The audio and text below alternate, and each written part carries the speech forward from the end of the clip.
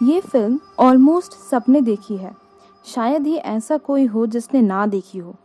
चलिए फिर से चलते हैं फ्लैशबैक में और याद करते हैं इस मूवी की कहानी को। ये कहानी शुरू होती है एक महल से जिस पर यह माना जाता था कि एक भूतनी का साया है और इसीलिए इसके तीसरे मंजिल पर पूजा पाठ करवा के इस महल को बंद करवा दिया था। कुछ साल बाद जब सिद्धार्थ अपनी पत्नी अवनी को अमेरिका से इंडिया लेकर आया तो अवनी की बड़ी इच्छा थी कि वो लोग उस महल में रहें। घर वालों के काफ़ी मना करने के बाद भी सिद्धार्थ ने भूतनी वाली बात को मजाक में उड़ाकर वहाँ अवनी के साथ रहने का डिसीजन ले लिया। वहाँ रहने के लिए सिद्धार्थ का राज्याभिषेक हुआ क्योंकि वहाँ उसके पूर्वजों का निवास था जो कि राजा थे। पहले कुछ दिन के बाद महल में उल्टी फुल्टी और अबनॉर्मल चीज़ें होनी शुरू हो गई थी और जिसका सबको डर था वही हुआ। अवनी का बड़ा मन था कि वो तीसरी मंजिल के ताले को खोल दे और अंदर जाकर देखी कि ऐसा क्या है वहाँ। जब से उसने महल की कहानी सुनी थी उसका इंटरेस्ट और बढ़ गया था और डुप्लीकेट चाबी बनाकर उसने तीसरे माले को खोल दिया और सारी जगह देख ली। उसके दूसरे दिन घर पे सबको पता लग गया और डुप्लीकेट चाबी बनाने वाले की अचानक से ही डेथ हो गई।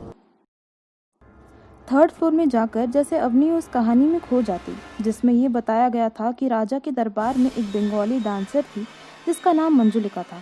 वो इतनी सुंदर थी कि राजा ने उससे शादी करने का सोच लिया था। वो उसी सभा में नाचने वाले अपने डांस पार्टनर शशिधर से प्यार करती थी और जब ये बात राजा को पता लगी तो गुस्से से उन्होंने शशिधर का सर भरी सभा में सबके सामने काट दिया। उसके बाद मंजुलिका ने खुद सुसाइड कर लिया और ये श्राप दे दिया कि वो किसी भी राजा को उस महल में रहने या जिंदा रहने नहीं देगी। घर पे प्रॉब्लम्स बढ़ने के बाद सिद्धार्थ ने अपने फ्रेंड आदित्य को अमेरिका से आकर केस सॉल्व करने के लिए बोला जो कि एक साइकेट्रिस्ट था। आदित्य ने आते ही इन्वेस्टिगेशन जारी कर दी और उसने वो देखा जो बाकी किसी को नहीं दिखता था। उसने अवनी के रूप को बदलते हुए बार बार देखा। अवनी मंजुलिका का दर्द खुद पर लेकर इमेजिन करती और अपने ही पति को अपना दुश्मन मानती।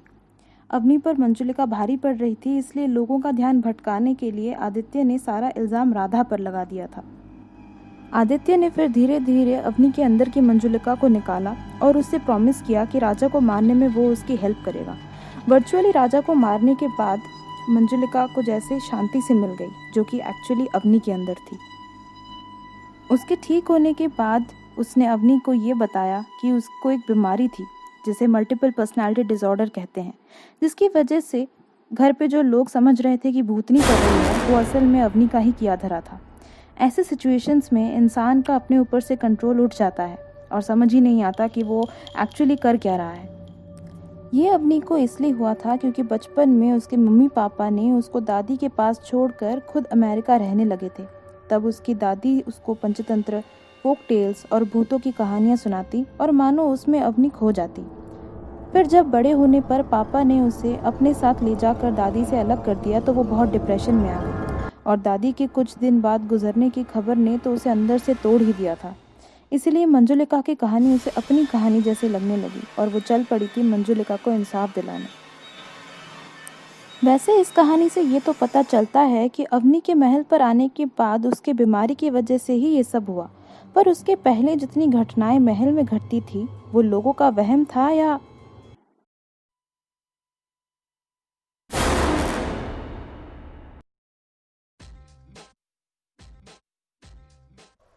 अगर वीडियो पसंद आई हो तो लाइक और कमेंट करके बता देना।